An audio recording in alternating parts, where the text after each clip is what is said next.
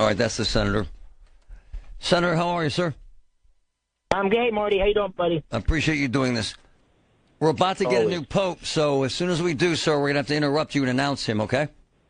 Wait, the Pope's more important than me? Are you kidding me, Marty? I would never say that, my man. You don't know me well enough yet. Where I put my value at this point in my life. You have a significant influence, and I wanted to ask you about something very personal, and I cleared this so I don't want to sandbag the guy. I'm not doing this. But you have, and it's been well documented, and I love it, a very strong relationship with John Fetterman.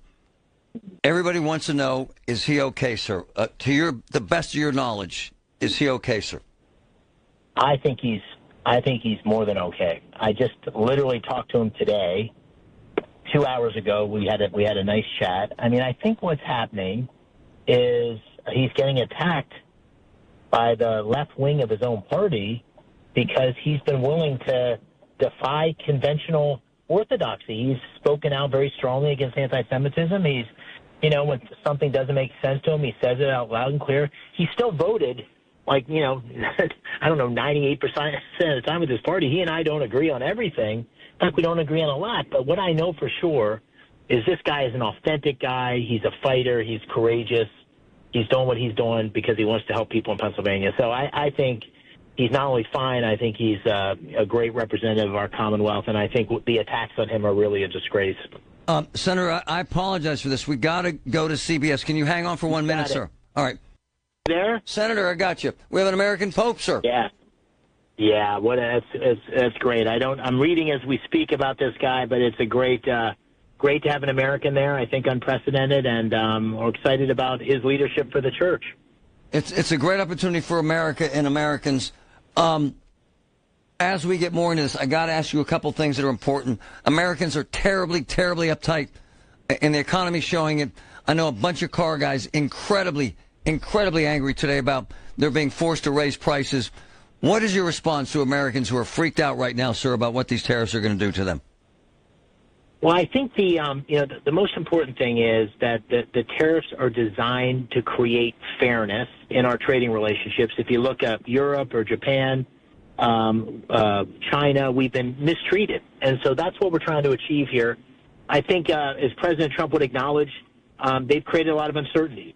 And so I think the sooner we get rid of that uncertainty, the sooner your friends in the car business and elsewhere will feel more confident because they're going to know what the tariffs are going to do to them and make the necessary adjustments. And I think today's announcement was a good step. My feedback to the White House and to the trade rep is get a couple deals out there, show people how this is going to create opportunity for Americans, new markets to sell American cars, new markets to sell American agriculture products. If we can get a fair trading system in place, it's going to be good for Pennsylvanians, good for Americans. But that's what I would say to them. And listen, I'm talking to businesses all the time.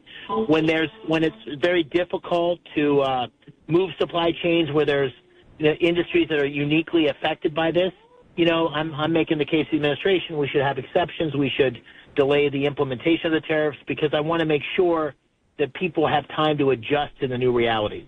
And I know you got to go, and I got to get to this post up, but this is important to me. Your folks are amazing, and you deliver. I have the same. You're about to introduce something that could change that, sir. Tell us. Yeah, listen, this is a real issue across Pennsylvania. Our housing prices have gone up by 11% in the last year. More and more people can't afford housing. So this is the second bill that I've introduced or been part of on housing. The first was to lower the loan limits for FHA multifamily loans, which will encourage construction. This is a bill that I'm introducing with Senator Gallego, who's a Democrat from Arizona. As I said, I work with anybody to do good things for Pennsylvania.